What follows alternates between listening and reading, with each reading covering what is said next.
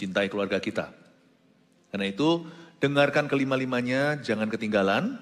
Tolong dipelajari satu persatu, sebab ada rema-rema yang khusus dari Roh Kudus. Kebaktian ke-1 tadi, saya sampaikan judulnya Imam namanya Papa dan Mama, tolong dengarkan juga, jangan ditinggalkan. Kebaktian sekarang saya kasih judul Rumah Tanpa Berhala. Mari kita buka firman Tuhan di Kejadian pasal 35. Ambil catatan, kita akan belajar isi hati Bapa untuk kita semua. Kejadian pasal 35 ayat 1 sampai 15. Nanti setiap ayat saya berhenti, saya jelaskan dulu ya. Ini adalah, saya kasih background story-nya dulu. Ini adalah satu pasal yang bercerita tentang personal revival Bapak Yakub. Bapak Yakub mengalami kebangunan rohani secara pribadi. Penting sekali kepala keluarga mengalami jamahan Tuhan. Untuk setiap laki-laki, setiap pria menjadi pemimpin yang baik, maka dia harus terlebih dahulu sungguh-sungguh. Here is a chapter in the Bible about a man's personal revival. Ini suatu bab di dalam Alkitab tentang kebangunan rohani seorang laki-laki, namanya Yakub. Sebelumnya, di pasal 34, nggak usah dibaca, ada sebuah insiden gelap.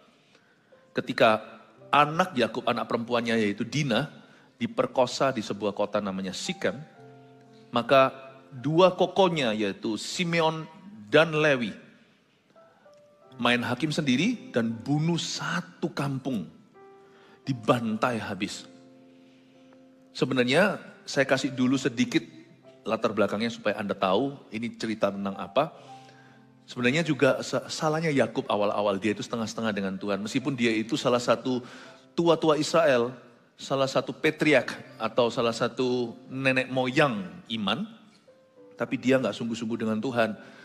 Tuhan suruh dia ke Betel waktu itu, dia setengah jalan, dia pergi ke Sikem. Justru di tempat di mana Tuhan tidak suruh, Allah tidak menempatkanmu, tetapi karena ambisi pribadi atau kemalasan kita, kalau kita pergi ke sana tidak ada keisengan dalam rencana Bapa, setan yang akan bekerja dalam hidup Anda. Hati-hati. Semua kejadian itu di luar kehendak Allah, tapi karena dia keluar dari payungnya, dia tidak berada di bawah divine protection atau di bawah proteksi ilahi dalam perlindungan Allah. Dia main putuskan sendiri segala sesuatu, sok tahu, sok pintar kali. Seperti kita lah, seringkali kita juga begitu. Keluarlah jalan, keluar jalur. Disitulah banyak serigala. Sebuah kejadian yang tidak harus terjadi, tapi ya kejadian. Salah disambung salah. Pertama-tama anak Yakub jadi korban yaitu Dina. Tapi setelah itu, anak-anak yang lainnya juga main hakim sendiri. Makin salah, gali lubang, tutup lubang. Kita ini kan manusia bersalah, kita ini manusia berdosa. Di luar Allah kita nggak bisa berbuat apa-apa. Di luar Kristus kita nggak bisa berbuah. Nggak mungkin berbuah kebenaran. Kesalahan kita akan ditutupi dengan kesalahan lebih besar. Akhirnya Yakub sadar. Mari kita baca ayat ke-1 ketika dia dengar suara Tuhan. Yakub di Betel untuk kedua kalinya, mari kita baca. Saya bacakan ayat pertama. Allah berfirman kepada Yakub, bersiaplah, pergilah ke Betel, tinggallah di situ, dan buatlah di situ mezbah bagi Allah yang telah menampakkan diri kepadamu ketika engkau lari dari Esau, kakakmu. Cikal bakal rencana Tuhan adalah mendengarkan suara Tuhan. Puji Tuhan, Yakub terima firman. Akhirnya dia mau dengar-dengaran. Kehidupan Bapak Yakub ini up and down. Dia tukang tipu dahulu, lalu habis itu dia ditipu oleh mertuanya yaitu Laban. Sungguh-sungguh mengalami proses Tuhan. Tapi Yakub mau berproses masalahnya, jadi bukan masalahnya, bagusnya dia mau berproses dengan Allah. Makanya Tuhan mengerjakan sesuatu yang indah, bahkan dari kelemahan dan kesalahan. Kalau Anda mau berproses dengan Tuhan ya, tidak akan ada sesuatu yang sia-sia di hidupmu. Nggak akan ada yang terbuang dari semua pengalaman hidup Anda. Pasti semua dipakai untuk kemuliaannya. Asal jangan keras hati, jangan pengku, kata orang dulu. Jangan bersikukuh pada kehendakmu. Belajar untuk berkata seperti Yesus di Getsemani, bukan kehendakku Bapa, tapi kehendakmu yang jadi. Allah berfirman pada Yakub, Tuhan ngomong begini, ini permulaan sesuatu yang indah ketika Allah mulai bersuara. Dengarkan suara Tuhan kalau Anda mau diberkati Tuhan. Kalau Anda mau sungguh-sungguh hidupmu itu mengalami rencana Bapa, dengarkan suaranya. Allah berfirman pada Yakub, bersiaplah, pergilah ke Betel, berhenti di sana. Sama dengan kita hari ini, saya bicara kepada semua, khususnya kepada kepala keluarga, yaitu para suami, para ayah. Figur laki-laki di dalam keluarga. Bersiaplah, pergilah ke battle. Kamu seharusnya tidak disikam. Aku suruh kamu ke battle. Kalau Tuhan suruh kita ke sana, kita tunda-tunda, cepat lambat toh kita ke situ. Antara kita ke sananya itu indah atau berdarah-darah. Kalau kita tunda ketaatan kita juga menunda kemuliaan Allah. Tapi Tuhan tetap setia pada firman-Nya. Tuhan tidak berubah. Dahulu, sekarang, selama-lamanya. Manusia aja yang berubah-ubah. Tuhan berkata, bersiaplah. Yakub, bersiaplah. Sekarang kamu mesti pergi ke battle. Kita juga sama sebagai ayah, sebagai suami. Ini juga firman untuk bujangan. Para bujangan juga harus tahu. Tadi pagi saya ngomong begini. Khususnya para laki-laki young men, ya, pria muda. Jangan cepat-cepat pacari anak orang lah. Siapkan dirimu dulu. Siapkan dirimu, karena menjadi seorang pacar itu gampang, menjadi suami itu tanggung jawab. Apalagi menjadi ayah. Ya, nanti semua akan indah pada waktunya kok ya. Jangan fokusnya ke situ, nonton drama Korea melulu. Bersiaplah dan pergilah ke battle. Kita disuruh persiapan sesuatu. Nah, pada para ayah, kita ini termasuk saya, kita harus mempersiapkan keluarga kita untuk masuk ke sorga. Battle kita itu bukan di dunia. Battle itu artinya rumah Allah. Beth-El, El itu Allah, Beth itu rumah. Gereja itu rumah sementara di bumi, itu pun kita jangan on and off. Kita harus sungguh-sungguh tertanam. Tapi rumah Allah sesungguhnya itu rumah Bapa di sorga. Kita harus mempersiapkan keluarga kita untuk masuk sorga. Karena itu mesti fokusnya kepada Allah yang hidup, bukan berhala. Bersiaplah hai Yakub, kamu mesti pergi ke battle. Yakub harus ajak seluruh family-nya, dia keluarga besar by the way. Kita harus mempersiapkan keluarga kita masuk ke sorga. Kita gak main agama. Kekristenan itu jalan keselamatan.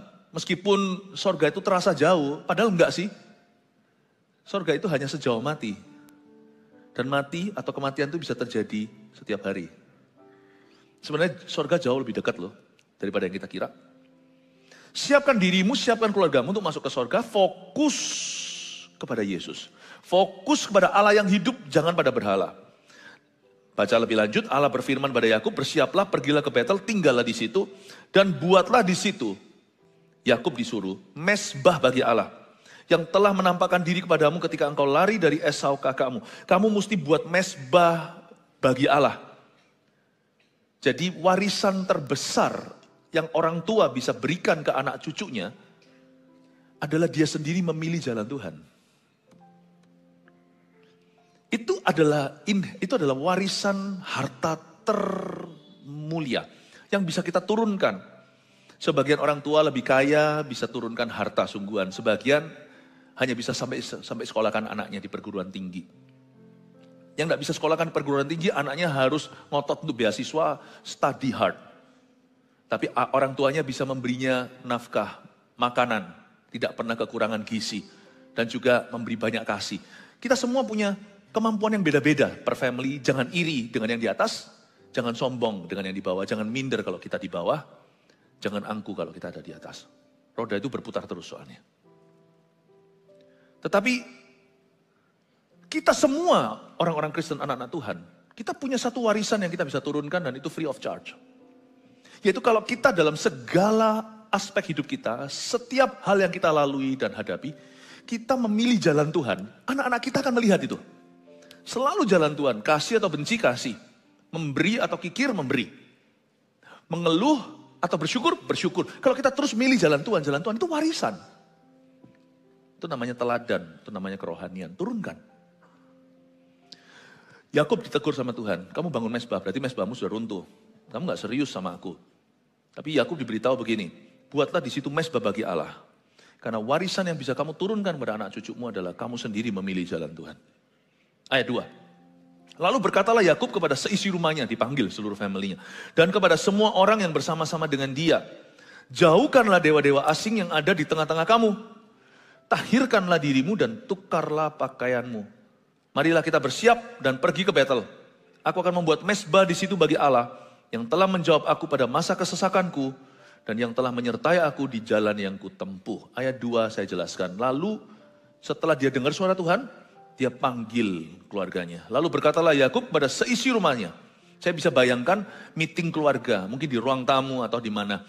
Dan mereka semua ngumpul sekeliling Yakub dan Yakub berkata kepada mereka begini, jauhkanlah dewa-dewa asing yang ada di tengah-tengah kamu. Jadi Yakub tahu ada banyak dewa di rumahnya. Ini patriark loh, ini adalah nenek moyang iman loh. Ternyata dia juga mengalami up and down dalam imannya. Jauhkan semua dewa-dewa asing yang ada di tengah-tengah kamu, tahirkanlah dirimu dan tukarlah pakaianmu. Dari ayat 2 ini saya menemukan betapa hebatnya peran seorang laki-laki dalam keluarganya.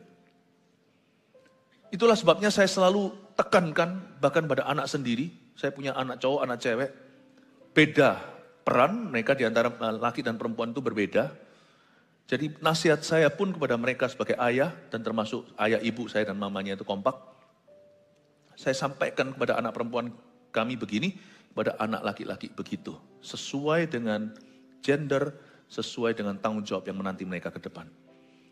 Saya selalu beritahu misalnya kepada yang pria, kamu tidak boleh terburu-buru. Cinta itu kedua, kasih dulu. Kamu harus mahir dalam kasih. Kasihilah Tuhan Allahmu, kasihilah sesamamu manusia. Baru setelah itu cinta.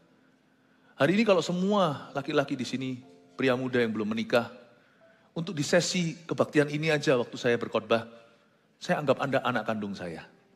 Boleh ya, sorry ya papa mama, anaknya saya culik sebentar. Saya mau beritahu Anda, I want to speak into your life. Guys, jangan terburu-buru. Great is your responsibility, dear man. Tidak susah kok. Pernikahan itu tidak sesusah yang Anda kira, tapi susah kalau Anda tidak siap. Dan setelah Anda menikah, lebih lagi kalau Anda tidak mempersiapkan diri. Seluruh keluargamu bisa binasa gara-gara kamu. Mesti hati-hati ya. Jadi izinkan saya ngomong begini dulu pada yang laki-laki. Tapi saya ngomong kepada para suami di sini. Ini juga relevan buat wanita karena perempuan pasti berdoa bagi suaminya. Wanita yang takut akan Tuhan pasti berdoa agar imam dalam keluarga itu jalan. Yang laki-laki, bapak-bapak di tempat ini. Izinkan saya mengingatkan kepada Anda betapa besarnya peranmu. Bayangkan Yakub kumpulkan seluruh keluarganya, dia itu decision maker, dia itu kepala keluarganya. Dan dia bicara sama mereka heart to heart. Tremendous leadership upon men's shoulders. Ada sebuah tanggung jawab kepemimpinan yang dahsyat di atas pundak setiap laki-laki. Gak harus Anda kaya, gak harus Anda berkedudukan di masyarakat atau berpengaruh, tapi dalam keluargamu, kedudukanmu itu sebagai suami adalah tanggung jawab yang hebat. Setiap pria itu berpengaruh buat family-nya sendiri. Di rumah Anda lah Lion King. Karena itu saya mendorong Anda untuk mengerti dari ayat 2 ini. Bahwa tanggung jawab kepemimpinan seorang laki-laki itu tremendous, bahasa Inggrisnya itu dahsyat. Ya. Tapi saya juga memberikan suatu contoh bahwa di ayat 2 ini kalau kita bukan kepala keluarga, misalnya jaga-jaga, ini bukan rasan-rasan, kalau kepala keluarga di rumah Anda, bukan Anda ini maksudnya, tidak berfungsi. Jikalau papa adalah penyembah berhala, dan bahkan tidak setia pada mama misalnya kalau ada, maka Anda jangan putus asa, jangan kecewa. Jangan hambar hatimu, jangan tawar hati.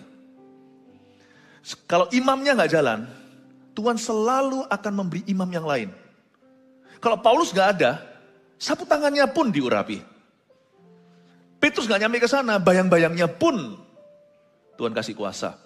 Saya percaya ada imam-imam tambahan. Gak ada papa, masih ada mama. Kalau misalnya orang tuanya salah satu itu penyembah berhala, maka sang ibu dan anak harus kompak berdoa. Agar papa selalu dikasih roh takut akan tahu Tuhan dan suatu hari kenal Tuhan.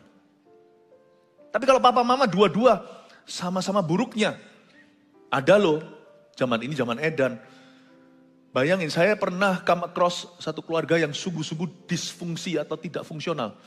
Orang tuanya itu dua-dua itu sama-sama ngedrak, laki-laki dan perempuan. Nah gimana itu anaknya? Anak itu seperti gereja dijadikan panti asuhan. Nih, didik anakku. Ya mau sih gereja daripada membuang orang, kita tetap harus menerima. Kita melayani, tetap bukan di gereja. Mereka itu disuruh, tapi gereja yang disuruh didik anak-anaknya dalam kebenaran. Tapi kalau Anda anak-anak demikian, Anda juga jangan kehilangan harapan. Anak-anak harus kompak, jangan tukaran. Berdoa untuk papa mama. Anda minoritas. Papa sendiri aja sudah mayoritas, apalagi plus mama. Tapi dengan minoritas itu, kalau Anda sama-sama, kalau Anda kompak dan berdoa, Bapa di sorga, naik banding ke sana, pasti melakukan sesuatu dalam keluargamu. Tidak ada kata give up lah dalam keluarga. Keluarga semuanya full, satu keluarga itu hancur-hancuran. Tetap masih ada tantenya, ponakan, atau sepupunya itu orang gereja kita yang mendoakan. Tetap akan ada imam tambahan. Saya dorong Anda kalau Anda memperoleh keberanian. Kalau Anda misalnya bukan decision maker, bukan kepala keluarga. Misalnya Anda anak. Anda pun bisa panggil loh orang tua Anda ngomong heart to heart. Meskipun Anda bukan Yakubnya dalam hal ini. Anda bisa panggil. Doa dulu tapi di sini butuh jamahan saudara seiman, butuh dukungan. Kita berdoa sama-sama di CG misalnya, di cell group, connect group kita. Lalu habis itu tentukan hari Anda mau bicara sama orang tua. Papa, mama, udah waktunya kita cari Allah yang hidup. Kalau Anda peduli loh ya, keluarga Anda, keluarga papa mama Anda, orang tua Anda masuk surga, Anda harus speak up, tidak boleh takut, harus angkat bicara, tapi nggak boleh kurang ajar. Orang Kristen diajari sama orang tua, bukankah itu perintah Allah yang kelima? Tunduklah, hormatilah orang tuamu. Tapi tetap harus speak up. Hormat itu bukan berarti setuju, disuruh penyembah berhala juga mau. Panggil mereka, kumpulkan keluarga Anda, meskipun Anda bukanlah kepala keluarganya.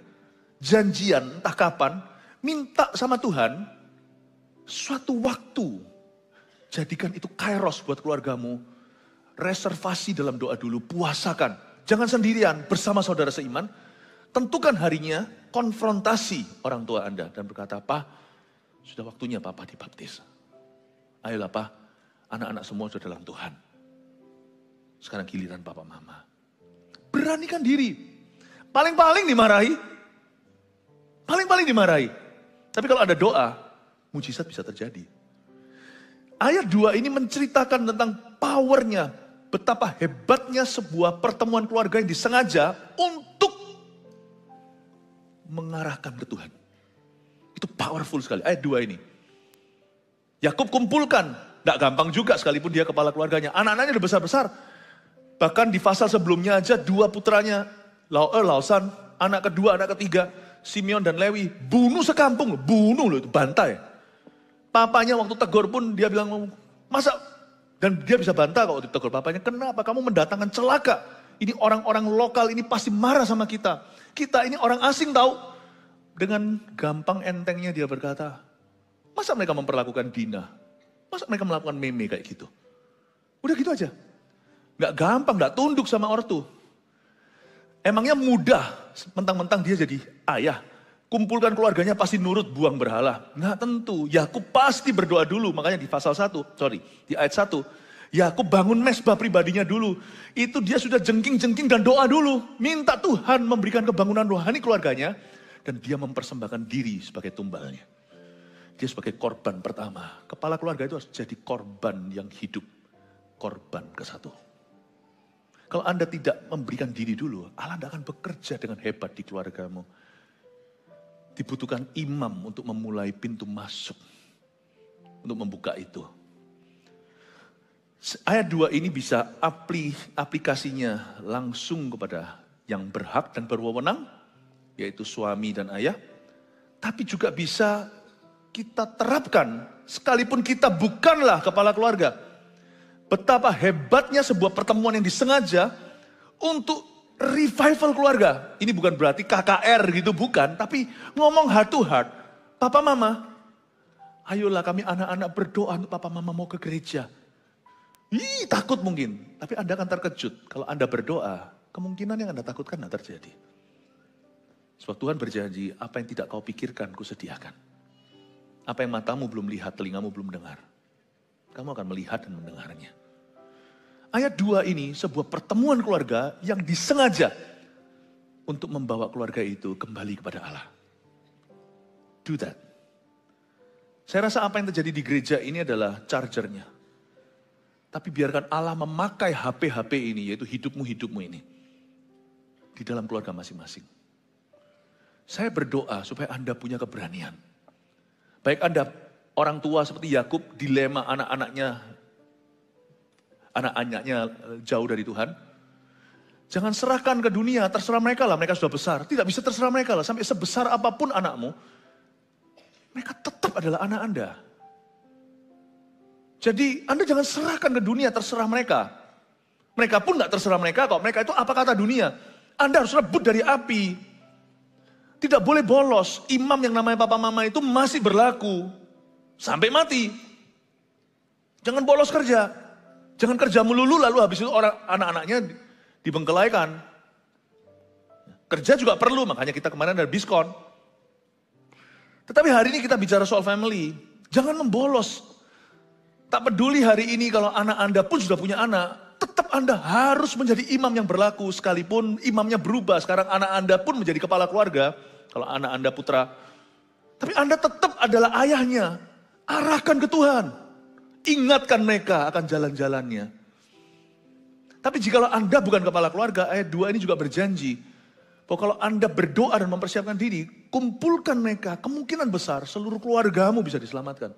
Seluruh keluarga Anda itu bisa diarahkan ke Tuhan. Yang lari pun bisa kembali ke jalan yang benar. How powerful. Tapi saya tunjukkan bukan hanya men, how powerful, bukan hanya pria yang luar biasa. Coba lihat ayat 2 sekali lagi. Lalu berkatalah Yakub pada seisi rumahnya dan kepada semua orang yang bersama-sama dengan dia, jauhkanlah dewa-dewa asing yang ada di tengah-tengah kamu. Tahirkanlah dirimu dan tukarlah pakaianmu. Saya heran. Yakub ini kan keluarganya umat pilihan, orang Israel kan. Kok bisa pegang berhala itu gimana? Piye kata orang Jawa Tengah. Kok bisa? Ya inilah pengaruhnya mama. Mama itu penting loh. Sungguhan mama itu yang menentukan suhu.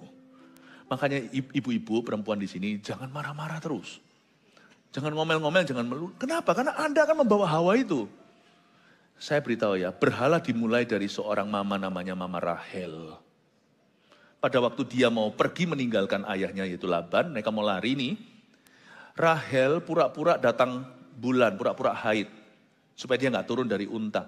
Dia sembunyikan terafim atau sembunyikan dewa rumahannya milik Laban di bawahnya. Tahu gak, guru kencing berdiri, murid kencing berlari. Mama punya berhala, anak-anaknya berhala semua. Mama, makanya itu yang wanita di sini yang masih bujangan, firman ini bermata dua. Ketika Anda pacaran, gimana pengaruhmu terhadap pacarmu?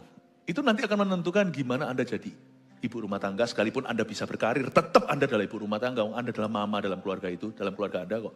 Anda adalah ibu, Anda adalah istri. Apa pengaruhmu? Kalau sang laki-laki mulai mau tangannya sudah mau mulai kemana-mana, Anda biarkan nggak? Kalau Anda biarkan, nanti suatu hari, kalau Anda punya anak perempuan, dia juga tidak punya otoritas untuk ngomong sama pacarnya. Ngapain lu? Jangan kau izinkan. Kalau Anda izinkan, itu bukan sama-sama suka. Kalau Anda izinkan, Anda mengizinkan seorang imam jatuh bersama denganmu. Nggak boleh, Anda harus eman laki-lakimu. Kalau Anda serius loh ya, dia suatu hari itu akan jadi pendidik keluargaku. Anak-anakku suatu hari bergantung sama teladannya. Saya kasih satu cara, menurut saya cara ini tetap cara yang alkitabiah. Tamparlah pipi kanannya. Dia nanti akan kasih pipi kiri kok. Sebuah tamparan tidak akan membunuh. Anda harus berkata, kamu lakukan ini, aku putus sama kamu. Kenapa? Aku cinta kamu setengah mati, tapi aku suatu hari akan mencintai anakku. Paling tidak setelah aku melahirkan anakku nanti, dengan kamu atau tidak, aku akan sangat cinta anak itu. Ada satu waktu naluri ibuku akan berbicara, lebih cinta anak daripada suami. Naluri ya, tidak boleh ya, tetap harus cinta suami lebih daripada anak. Cuma naluri. Pada saat itu, aku akan menyesal bahwa anak-anakku dari kamu. Anak-anakku akan dididik oleh orang kayak kamu. Aku akan menyesal. Saya berkata, kamu jangan main-main. Aku mendingan putuskan pacar daripada anakku suatu hari punya ayah yang salah. Pah! Kalau Anda sekarang tidak bisa kayak gitu, Anda Hawa. Berarti Anda Hawa. Anda tidak bisa bawa Hawa yang benar, Anda Hawa yang salah. Anda itu pengaruh. Yes, no-nya laki-laki itu nanti tergantung Anda. Meskipun laki-laki Anda, pria Anda, tidak semua laki-laki itu dengarkan istrinya. Tapi Anda punya kuasa pengaruh yang hebat dalam keluarga. Karena itu yang bujangan dulu yang perempuan. Kalau seorang laki-laki pacaran dengan Anda, dia jadi lebih cinta Tuhan nggak? Dia lebih menghargai kekudusan tidak? Dia lebih responsibel nggak dengan hidupnya? Lebih maju nggak karirnya? Atau kalau di kuliah, masa kuliah, kalian udah pacaran, makin maju nggak mata pelajarannya? Dia semakin bisa menghormati orang tuanya atau tidak? Semakin berbakti nggak sama keluarga? Semakin berbuah nggak dalam pelayanan? Cek sendiri. What is your influence upon your man? Karena Rahel punya influence yang tidak baik. Sekalipun dia adalah cinta sejatinya Yakub. Yakub itu cinta Rahel bukan Leah. Taruh terafim di bawah situ. Nggak heran. Langsung merambat. Dewa-dewa asing ada di anak-anaknya. Banyak. Guru kencing berdiri, murid kencing berlari. Mama punya berhala. Di seluruh rumah berhala jadi biasa. Amin ya. Karena itu wanita mesti hati-hati. Wanita itu diberi Tuhan satu pengaruh yang luar biasa. Jadi kalau saya bisa sebut, begini kira-kira. Papa punya peran yang dahsyat, mama punya pengaruh yang dahsyat. Dua-dua harus jalankan, dua-dua imam. Tapi jika Anda single parent, ditinggal meninggal, tinggal mati oleh pasangannya, Anda harus besarkan anak-anak sendiri, don't worry. Tuhan selalu punya imam tambahan. Ketika suami Anda mati, anak-anak tidak punya figur ayah, Tuhan pasti akan punya. Tuhan punya uncle-uncle yang sah. Mungkin adalah uncle yang sungguhan ya, bukan uncle-unclean ya. Tuhan itu tidak pernah kehabisan. Yatim piatu pun Tuhan pelihara. Besar pun jadi orang. So don't worry. Tuhan adalah suami bagi yang tidak bersuami. Ya.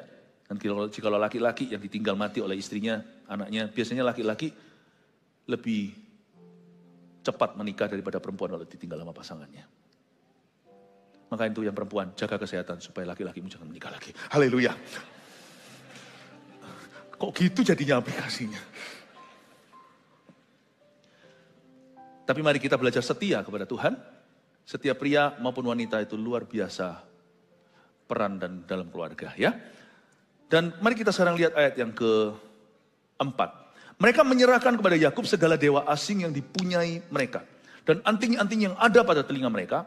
Lalu Yakub menanamnya di bawah pohon besar yang dekat Sikem. Jadi akhirnya anak-anaknya nurut. Haleluya, katakan haleluya. Powerful sekali ya seorang ayah yang berperan. Meskipun dia pernah salah, tapi ketika dia mau benarkan, anak-anaknya bisa benar cepat lambat. Dalam hal ini, dalam hal Yakub, cepat bukan lambat. Mereka langsung menyerahkan pada Yakub segala dewa asing yang dipunyai mereka. Dewa asing di sini bukan kayak seolah-olah mereka bawa berhala-berhala seperti orang-orang Kanaan, bukan. Dewa asing di sini itu sebenarnya adalah good luck charms. Gini loh, kalau berhala yang vulgar rasanya sih enggak ya, apalagi kalau kita latar belakang Kristen ya. Sekarang saya mulai bicara kepada Anda, saya mau coba selidiki kata berhala. Berhala itu enggak tentu sesuatu yang masih vulgar seperti buatan tangan manusia. Masih ada tapi mungkin yang sudah latar belakang Kristen lebih jarang melihat. Nah berhala-berhala yang tidak vulgar seperti itu tuh yang lebih harus diwaspadai bagi kaum Kristiani. Kita semua tahu definisi dasar berhala itu adalah segala sesuatu yang menempati tempat Tuhan dalam hidupmu. Tapi bukan Tuhan. Bagi orang-orang yang menyembah berhala sungguhan, maka berhala itu bisa berwujudnya batu, kayu, sebagainya. Tapi bagi kita, berhala itu bisa juga kita alami tanpa kita sadari. Karena orang Kristen yang superstisi akan menganggap good luck charms itu sesuatu. Ya, good luck charms itu bisa jadi sesuatu.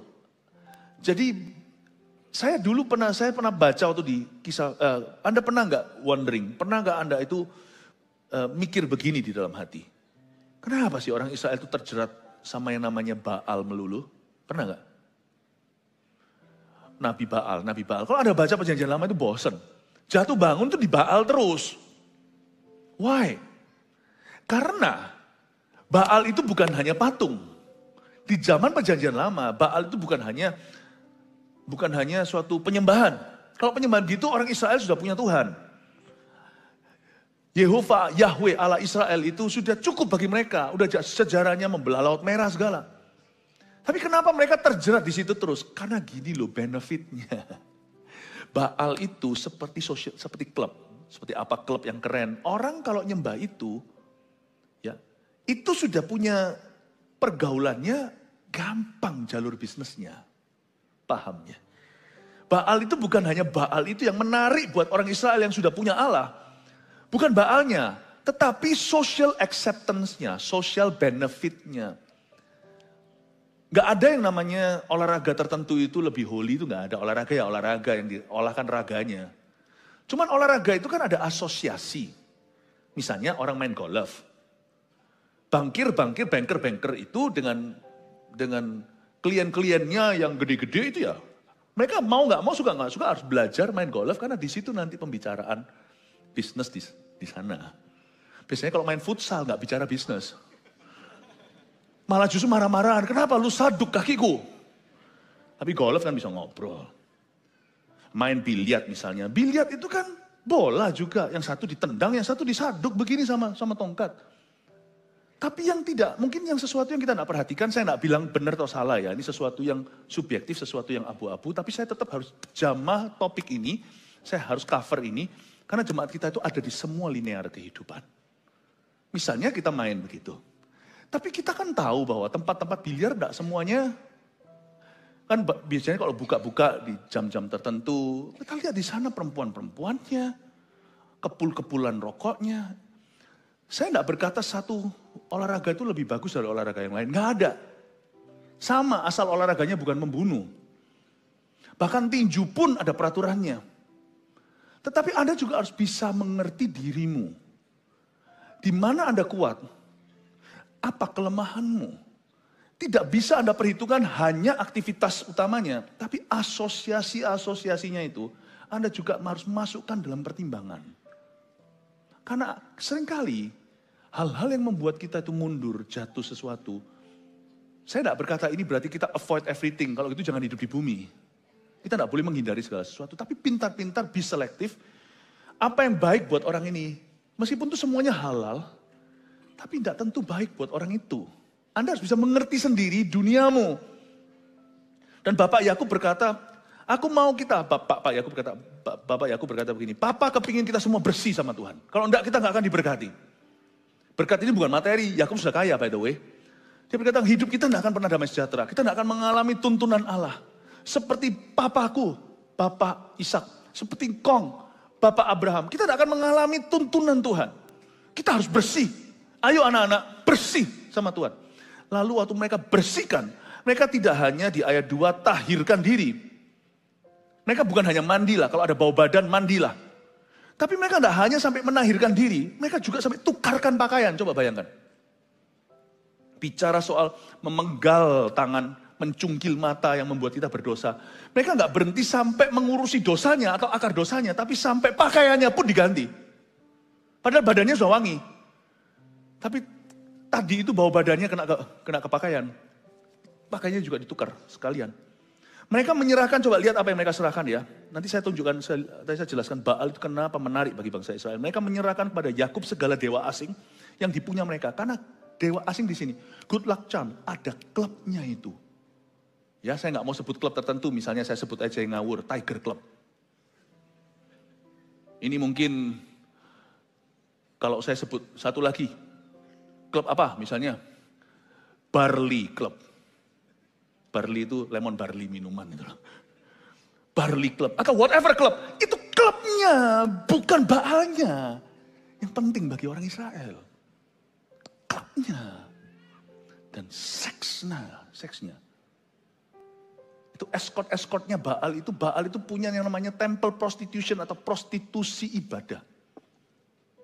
Dan apa yang ketika mereka masuk dalam kepercayaan Baal, mereka meninggalkan Allah Israel karena secara nafsu lebih dikasih makan.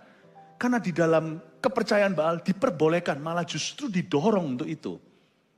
Didorong itu. Hari ini mungkin bukan agama, tapi suatu filosofi di dunia. Kamu kan kaya, kamu kan berhasil. Laki kok, kamu punya semua, kamu begitu sukses dalam bisnis. Ngapain cuma satu istri? Gak apa-apa lah, istri itu satu yang sah. Nah itu filosofi dunia. Sayang kan, kamu sesukses itu dimiliki cuma satu wanita. Itu kan filsafat yang salah. Dan mereka masuk dalam klub orang-orang begini tanpa tahu bagaimana mereka proteksi atau melindungi diri. Dan akhirnya mereka meninggalkan Tuhan dan istri masa mudanya. Disayangkan, Baal itu menarik, bukan Baalnya loh. Kalau Anda baca di perjanjian lama, Baal melulu, kadang-kadang saya garuk-garuk kepala, kalian tuh gak belajar-belajar tah? Orang Israel ternyata, oh no, zaman ini ternyata sangat relevan. Baal itu masih ada hari ini. Masih ada. Kalau Anda sukses dalam pekerjaan, jangan punya sindrom Salomo. Salomo itu pun akhirnya kehilangan segalanya. Dia terakhir berkata semua sia-sia. Jadilah orang yang beda. Yakub berkata, no, ini bukan umat pilihan Allah. Ini adalah umat-umat, ini orang-orang yang melakukan ini adalah orang-orang Kanaan. Aku gak mau, ayo guys semua, dipanggil semuanya. Dulu yang pernah belajar di Mama Rahel semuanya, serahkan dewa-dewanya. Dewa-dewa itu adalah good luck charms-nya. Gak hanya diserahkan dewa-dewa asing ayat 4, termasuk anting-anting yang ada pada telinga mereka. Anting-anting, katakan anting-anting. Anting-anting di sini itu kenapa ikut dibuang? Coba kalau Anda baca, Yakub hanya minta dewa-dewa. Tapi anak-anaknya serahkan sampai anting-anting. Zaman dulu anting-anting ini bukan perhiasan. Jadi bukan berarti anting-anting Anda berhala. Zaman dulu anting-anting itu asosiasinya banyak. Ini cultural ya, ada sebagian di Alkitab itu kita bisa terjemahkan secara kebudayaan. Anting-anting di sini adalah pagan influence. Zaman itu adalah pengaruh orang-orang Kanaan. Anting-anting itu dianggap kayak jimat. Ya. Apa itu kalau perempuan mau gait laki-laki pakai apa supaya pelet ya? Kok tahu? Buanglah yang gitu-gitu. Jangan ada begitu-begitu. Hendaklah kamu polos soal kejahatan, tapi mahir dalam kebenaran. Tapi betul, seperti susuk, pelet, diserahkan semua. Berhala sosialnya diserahkan semua, bukan hanya berhala penyembahannya. Di sini saya pelajari sesuatu, kalau Anda mau berubah, rumah tanpa berhala, Anda mesti radikal sama Tuhan. Dimulai dari papa. Kalau Anda mau keluarga Anda jalan dalam terang Kristus, mesti radikal. Jangan hanya tahirkan diri, tukar pakaian. Jangan serahkan hanya dewa, anting-anting sekalian. Jangan hanya tutup mata, cungkilah mata itu. Bukan secara fisik ya, signifikannya secara rohani. Jangan hanya sekedar tangannya dirantai, penggal sekalian supaya nggak ada. Kalau memang perlu untuk ganti hobi dan aktivitas, ganti. Kalau perlu ganti handphonenya, ganti sekalian. Apalagi orang-orang yang sudah kena narkoba itu kan bukan hanya soal obat-obatan. Itu kan pergaulan. Kalau kita memang mau betul-betul berubah itu jangan sampai tahir badan, sampai tukar pakaian.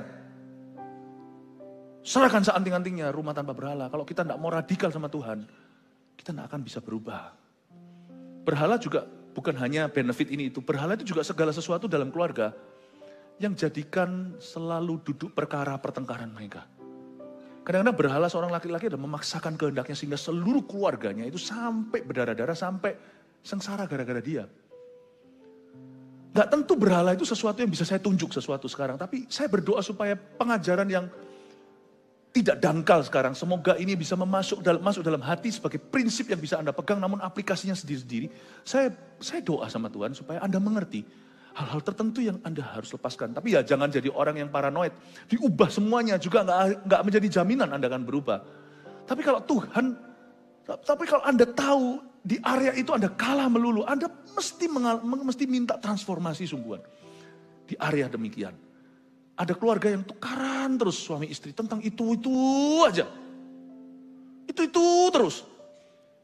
Kalau Anda mau berubah, salah satu harus melepaskan egonya. Karena ini bukan tentang hidup mati atau salah benar. Kalau ini soal sesuatu yang up to you, lepaskan. Tukar pakaian, serahkan anting-anting. Oke, aku berubah. Selalu begitu.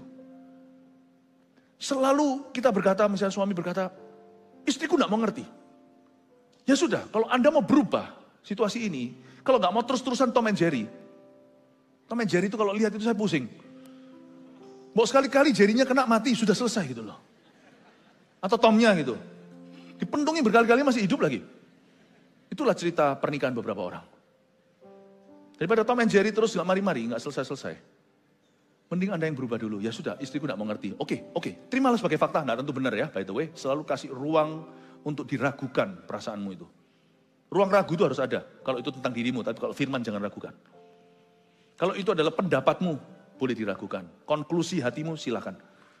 Anda bisa berkata begini, baiklah kalau gitu aku lepaskan egoku, aku akan mengerti dia dulu.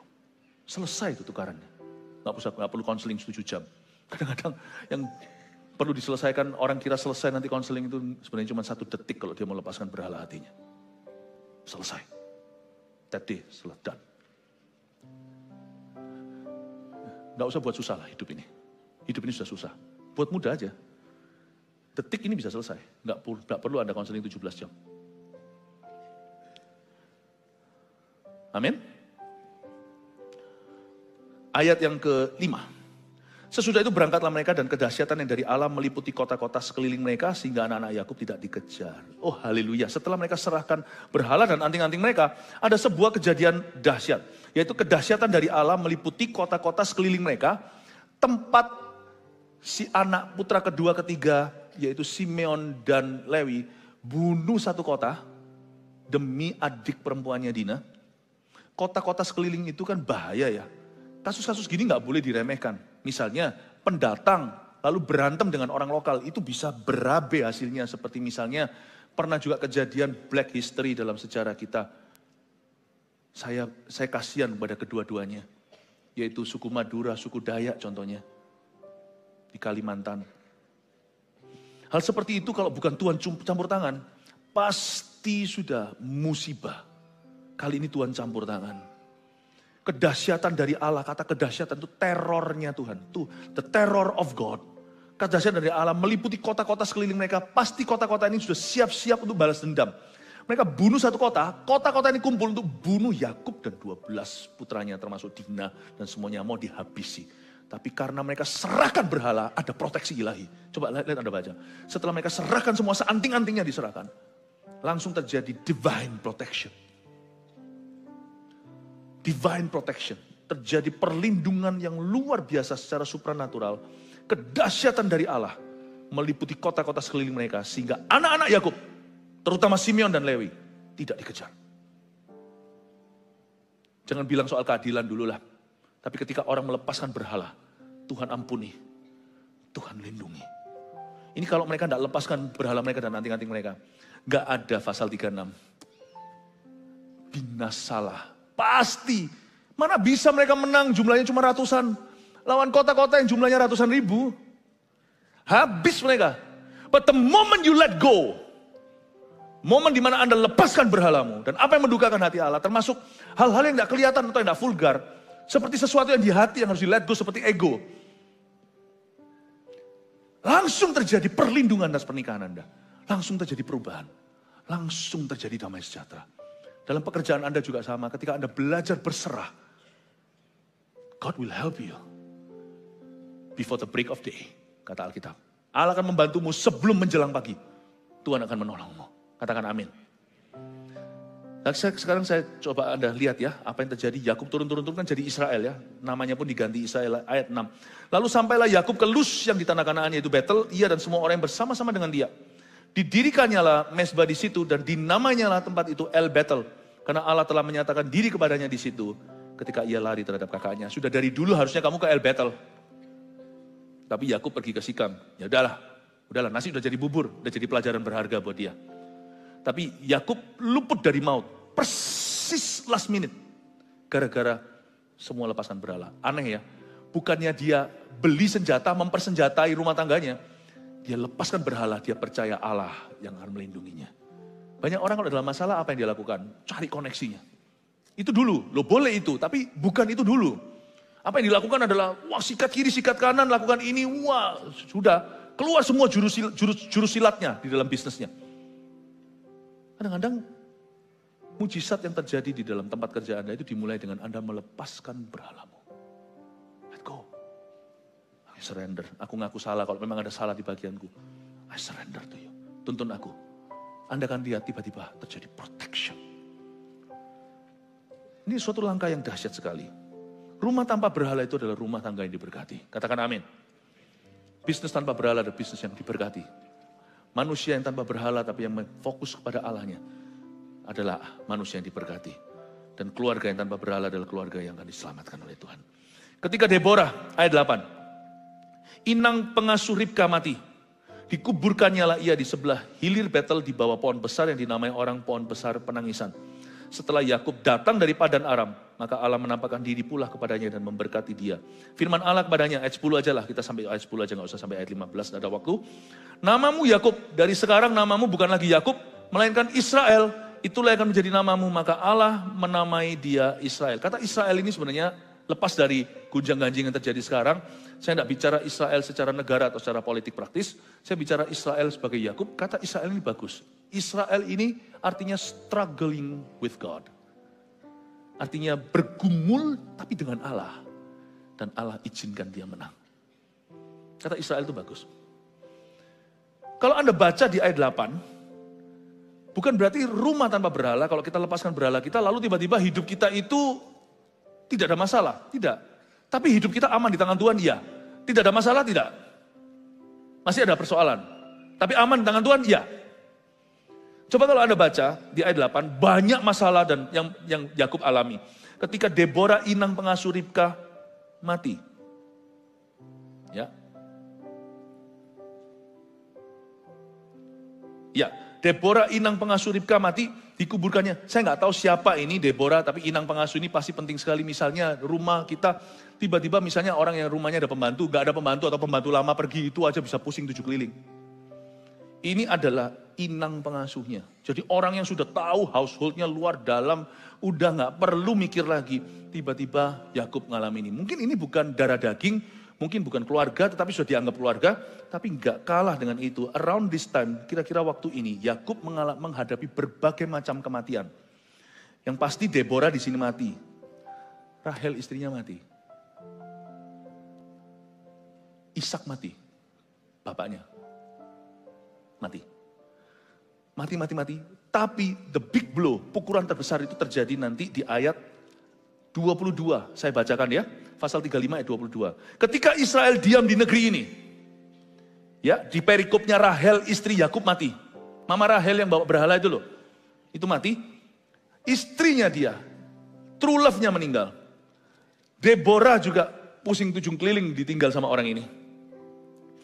Ishak papanya meninggal dunia. Dia belum cukup waktu dengan sang ayah karena dia sempat minggat. Lalu pukulan terbesar ayat 22, ketika Israel diam di negeri ini, terjadilah bahwa Ruben sampai tidur dengan Bilha. Gundik ayahnya. Ini kegilaan yang gak terpikirkan bahkan di kalangan orang-orang dunia. Meskipun Bilha bukan mamanya. Si Ruben anak sulung, kakak terbesar dalam keluarga, anak Yakub itu, tidur sama istri ayahnya. Ini kan, Dan kedengaranlah hal itu kepada Israel. Jadi Yakub ini mengalami berbagai macam struggle dan pergumulan. Ini mati, itu mati, ayah mati, istri mati. Ya, Deborah di sini juga mati. Lalu habis itu anaknya sendiri tidur sama istrinya. Istri mudanya. Ya ampun, pukulan. Makanya namanya itu Israel, artinya you struggle with God. Selama kau mau berproses dengan Tuhan, tidak mencari berhala. Karena kemungkinan terbesar orang itu jatuh kepada penyembahan berhala, baik itu yang vulgar atau tidak, itu saat-saat susah. Saya kenal orang Kristen yang kanker, obati kanan kiri, didoakan juga nggak sembuh, akhirnya pergi ke alternatif yang sifatnya supranatural. Tahu nggak apa yang terjadi? Tetap mati dengan dosa, tapi dalam dosanya. Biasanya orang kalau kepepet, dia bisa berubah setia. Tapi di sini diajari, rumah tanpa berhala itu bukan hanya sekarang, tapi sampai kau mati. Jangan kau gantikan Yesus dengan apapun. Meskipun ada nggak ada mujizat, doamu dijawab atau tidak, Yesus sudah jadi Tuhanmu dan Tuhanku dan Dia satu-satunya. Kalau kita mau masuk ke surga, bersiaplah kita ke battle. Fokus pada Allah yang hidup. Jangan karena kita dipepet atau terhimpit, terjepit oleh masalah atau tekanan hidup.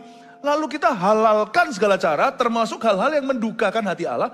Termasuk juga apalagi hal-hal yang udah jelas-jelas. Firman Tuhan berkata, jangan. Satu raja, namanya Saul, raja pertama Israel, ketika dia terhimpit, sudah di depan perang, mundur nggak bisa, Filistin siap membunuhnya, dia panggil ahli nujum untuk ketemu sama Samuel. Ketika orang itu dihimpit di bawah, seperti Ayub, disitulah bahaya untuk mengutuki Allah. Don't do that, karena segala sesuatu yang Anda alami di hidup ini, selama itu hanyalah fisik, jasmani, atau hanya jiwa, itu sementara. Rohmu itu lebih berharga, itu yang kekal. Jangan kau tukarkan apa yang kekal demi apa yang sementara. Saya tidak ngalami mujizat. Tetap kemanakah aku dapat pergi menjauhi rohmu Tuhan. Bukankah engkau yang memegang firman kehidupan, kata Pak. Ketika Petrus dan kawan-kawan setelah Yesus tinggal 400 orang muridnya di Galilea, sisa mereka 12. Yesus tanya, kamu gak pergi sekalian? Petrus berkata, mau pergi kemana Tuhan? Kami sudah tahu kebenaran. Engkaulah yang pegang firman kebenaran itu. Jangan pernah. Rumah tanpa berhala itu belum teruji. Tapi sampai kapanpun buat komitmen. Rumahku, keluargaku, apalagi papa. Jangan kau berubah setia. Rumahku milik Yesus. Saya sudah menentukan anak cucu saya. Dalam hal ini, saya boleh main hakim sendiri. Saya menentukan bahwa saya, istri, anak-anak, anak cucu kami. Kami akan melayani Kristus. As for me and my house, we will serve the Lord. Seperti Yosua katakan, aku dan seisi keluargaku, kami akan melayani Tuhan. Saya berdoa supaya Anda punya ketetapan iman yang sama, ketetapan hati, keteguhan yang sama. Tetap, karena kita adalah Israel.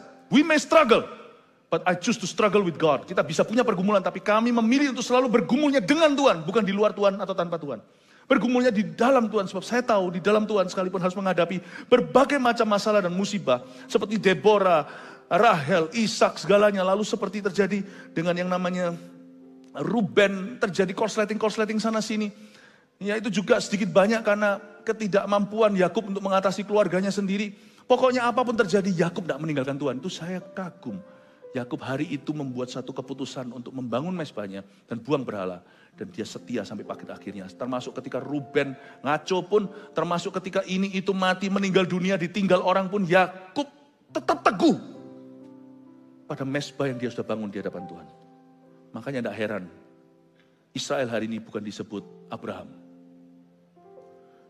Kata Israel itu dari Yakub. Tuhan berkata, this man is tested. Tidak heran Tuhan memberi berkat dalam kehidupannya dan menjadikan anak cucunya berkat bagi bumi. Tidak heran Yesus lahir dari keturunan Yakub. Bapak Ibu Saudara, saya ingin menekankan pada Anda beberapa poin ini Anda bisa catat. Dari rangkuman apa yang saya sampaikan, saya tambah satu nanti di poin ketiga, bukan dari cerita ini, saya tambahkan satu berhala yang harus kita waspada, khususnya laki-laki, pria dalam keluarga.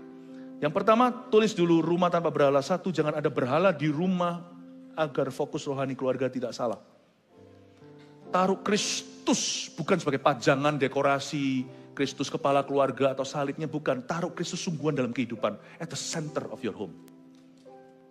Taruh Kristus di senternya rumah Anda. Apalagi jika Anda seorang ayah. Tolong dibuat sengaja. 2. Ya, jangan ada fokus rohani yang salah ya. 2, di tengah segala kekecewaan hidup seperti yang Yakub alami, tetaplah mendekat kepada Allah. Jangan kau tukarkan Yesus. Karena keluarga kita pasti akan diterpa berbagai macam pencobaan dan ujian. Jangan meninggalkan Tuhan. Coba kalau ngomong kanan kirinya, jangan meninggalkan Tuhan. Bapak Ibu, sebelum saya ke jemaat, belum ke poin 3. Orang Kristen, tidak Kristen bisa kena kanker? Enggak? Bisa. Tapi orang Kristen yang kena kanker, waktu dapat berita kanker, seluruh keluarga pasti terpukul. Pasti, itu nama berkuasa, meskipun tidak penuh kuasa, hanya nama Yesus yang penuh kuasa. Gimana kalau jika suatu hari Anda diberitahu, Anda mengidap kanker. Itu bukan hanya Anda yang gentar seluruh keluarga, tapi orang Kristen yang terima kabar begitu. Kalau hubungannya aman dengan Tuhan, pukulan itu, gentarnya itu sampai ke jiwanya, rohnya tetap aman. Dia tetap tinggal tenang. Tidak akan gentar. Karena waktu kena berita seperti itu, dia punya pegangan, dia punya Tuhan. Orang yang tidak punya Tuhan, ketika dengar kata kanker, dia mau pegang apa? Dia taruh semua harapan imannya hanya kepada medis yang bisa atau nggak bisa sembuhkan dia. Dan dia nggak tahu setelah itu dia meninggal dunia apa, dan yang ditinggalkan gimana. Dia nggak punya perjanjian dengan Tuhan, dengan siapa-siapa. Jadi dua-dua sama-sama, misalnya dapat berita itu, sembuh nggak sembuh. Mujizat nggak mujizat. Saya nggak ngomong soal mujizatnya, tolong itu hapuskan dulu dari kalkulasi. Saya bicara tentang respon hati, dua-dua sama-sama, satu punya Tuhan, satu nggak punya Tuhan. Diterpah dengan berita kanker itu, maafkan Anda sudah dapat kanker, stadiumnya sudah 3 dan menyebar, 3A. Itu pukulan sama-sama kena. Tapi yang satu punya Tuhan. Yang satu nggak punya Tuhan. Jangan ngomong mujizatnya. Mungkin yang punya Tuhan pun nggak ngalami mujizat dan mati. Katakan begitu. Mari kita pesimis dulu. Tapi lain. Dia punya Tuhan. Yang satu nggak punya Tuhan. Makanya itu di tengah segala kekecewaan hidup. Tetap mendekat pada Allah. Hanya dekat Allah saja aku tenang. Daripadanya lah gunung batuku dan keselamatanku. Kasih tepuk tangan untuk Tuhan Yesus. Saya nggak berani tanpa Tuhan. Bukan berarti saya pecundang atau pengecut dalam kehidupan. No. I just know that I cannot live without Jesus. I cannot live without Jesus. Makanya itu saya nggak ngerti gimana orang bisa hidup tanpa Yesus dan berani mati tanpa Yesus. Saya nggak ngerti. Saya nggak ngerti. Itu saya nggak ngerti. Ayo tinggalkan. Kalau di sini masih ada yang tengah-tengah sama Tuhan, tapi masih juga ramal-ramalan, Tuhan masih gini, you harus bertobat. Berarti Yesus tidak di center, Yesus itu di Midwest, Yesus itu di East Coast. Yesus itu mau taruh di mana? Center. Jesus be the center of my heart. Center of my family. Center of my home. Center. Jangan ada ini dan itu. Kalau Anda masih ada mesbah-mesbah tertentu penyembahan gitu dari tradisi segalanya, itu bukan berarti kita tidak uhau. Tapi Anda bisa taruh Tuhan dulu. Dan Tuhan punya caranya. Cara Tuhan lebih baik. Amin. 3 saya tambahkan sesuatu ini. Ini penting sekali dari cerita struggle-nya Yakub. Dosa seks dalam keluarga mendatangkan konsekuensi yang sangat serius. Ya, ini fokus. Ya, di foto dulu nanti saya jelaskan ya. Oke. Ini saya tambahkan dalam kasus Ruben, karena salah satu berhala yang hari-hari ini sangat-sangat luar biasa, di samping tentunya cinta akan dunia, cinta akan uang itu juga. Tapi satu berhala ini juga harus diwaspadai, yaitu seks. Saya tidak mengecilkan dosa-dosa seks tertentu, tetapi dosa seks itu sama, dosa adalah dosa. Emangnya Adam itu dosa apa sih? Dia kan ngambil buah. Kan tidak ada tulisan Adam berzina dengan gajah. Karena tidak ada wanita lain selain Hawa. Saya tidak berkata bahwa masturbasi, pornografi, dengan perselingkuhan apa itu beda. Enggak, semuanya itu kan selalu latihan. Selalu ada gladi resiknya, gladi kotornya. Satu ada gladi kotor, gladi bersihnya. Selalu sebelum ke situ. Tapi kalau Anda sudah terbiasa dengan jalan dosa sejak bujangan, jangan Anda kira pernikahan itu akan menyembuhkan Anda dan otomatis pertobatan. Itu sebabnya anak-anak muda mesti harus di jalan benar semudah-mudah mungkin. Dosa seks itu serius konsekuensinya di dalam kehidupan keluarga. Apalagi orang tua dan khususnya juga ayah.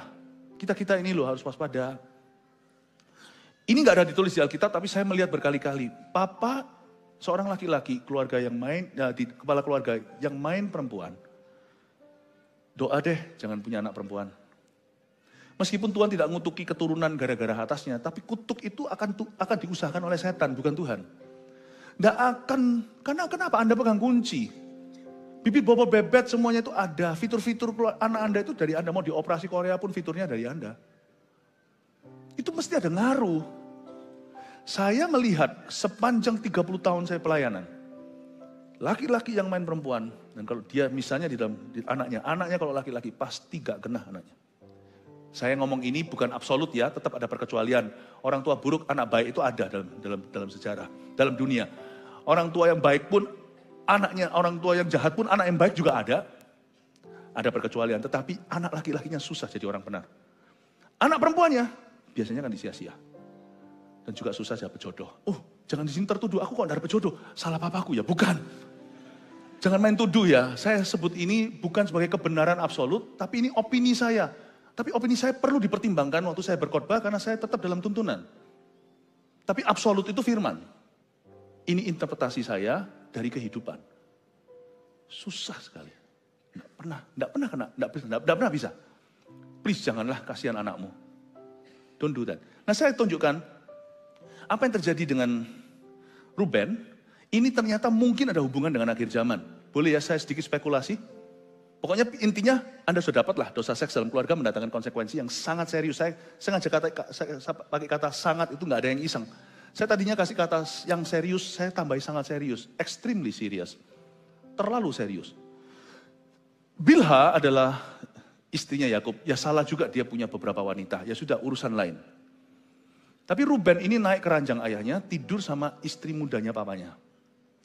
Bilha punya anak namanya Dan. Dan ini bukan penyambung kata. Dan ini adalah sepupunya Atau. Oh, bukan juga. Jangan terlalu serius dulu ya.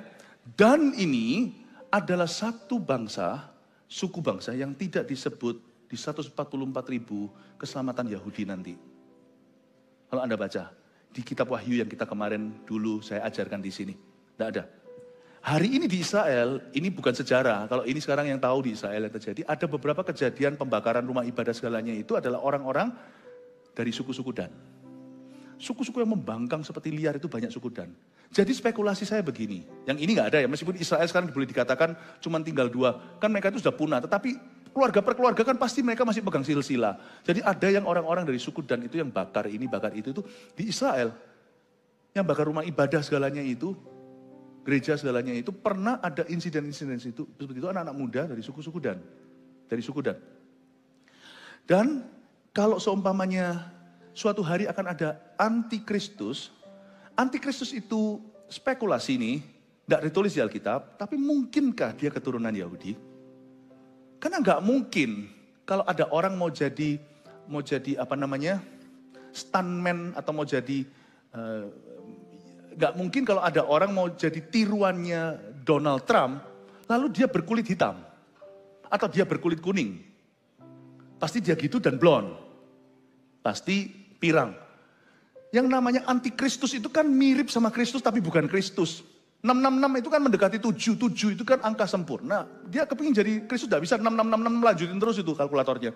Kayak kita 99999 gak pernah satu. Jadi kemungkinan bisa jadi yang namanya nanti antikristus itu suku Yahudi, orang Yahudi, tapi benci Yahudi. Saya tidak tahu apakah benar ada orang berkata Hitler itu benci Yahudi karena mamanya mungkin keturunan ras itu, saya tidak tahu, saya tidak berani spekulasi, itu nanti tolong cek sendiri sejarah. Tapi saya tidak berkeberatan untuk percaya bahwa kemungkinan nanti antikristus itu mirip Kristus. Bukankah kuda putih yang pertama dari 4 kuda itu menyerupai Kristus? Kristus pegang pedang, bermata 2, dia pegang panah. Dia jadi hero, tapi nanti jadi busuk, jadi hijau busuk, jadi hitam, jadi merah. Anda lihat, bisa jadi dendam kesumat, pecahnya itu demikian rupa. Gara-gara anak sulung dari Yakub, Israel itu naik ke ranjang, tidur sama mamanya Dan. Dan sudah besar. Bisa jadi spekulasi dan benci. Dan benci itu sampai pada taraf seluruh suku tidak akan diselamatkan. Sampai pada taraf benci bebuyutan, mungkinkah suatu hari yang akan mencoba menghapuskan seluruh Yahudi, antikristus yang menganiaya mana-mana. Mungkinkah nanti ditelusuri itu dari Dan yang kepahitan. Tapi Dan itu pinter. Orang Yahudi kan ininya encer. Pinter-pinter. Ya, dia pinter. Kalau dia tidak pinter, dia tidak akan bisa menyelesaikan permasalahan dunia di 3,5 tahun pertama pemerintahannya. Saya spekulasi, saya ngomong panjang lebar, dan ini iya betul atau tidak akan pengaruh pada kebenaran firman yang sudah saya bagikan. Tapi watch out ya. Sekali perbuatan naik ke ranjang, dosa seks yang kayak gitu menjijikkan. Just once. Itu merusak itu sampai buyut-buyut turun-turun cici-cici sampai turun sampai mendunia. Jangan pernah kau anggap enteng satu perbuatan mesum. Bisa kau lahirkan predator yang tidak akan pernah berhenti memangsa. Cuma sekali aja Anda melakukan sesuatu yang salah. Watch out. Rumah tanpa berala dimulai dari papa yang bijaksana. Ayah yang takut akan Allah adalah permulaan berkat bagi keluarganya. Saya berdoa di dalam nama Yesus. Saya ngomong gini seolah-olah pada laki-laki saja. No, perempuan juga tetap ada bagiannya. Bujangan tadi, firman ini bermata 2. Tapi izinkan saya pada akhirnya menekankan kepada Anda, yang laki-laki atau yang pria, bersiaplah. Siapkan dirimu untuk menjadi imam yang betul di dalam dunia kerja, di dalam dunia keluarga, dan di dalam dunia pelayanan. Saya berdoa setiap laki-laki di tempat ini dipenuhi dengan roh yang takut akan Tuhan. Kasih tepuk tangan untuk Tuhan Yesus. Haleluya. Mari kita semua bangkit berdiri. Terpujilah nama Tuhan. Oh haleluya. Terima kasih Yesus. Anda belajar sesuatu? Amin. Thank you Jesus.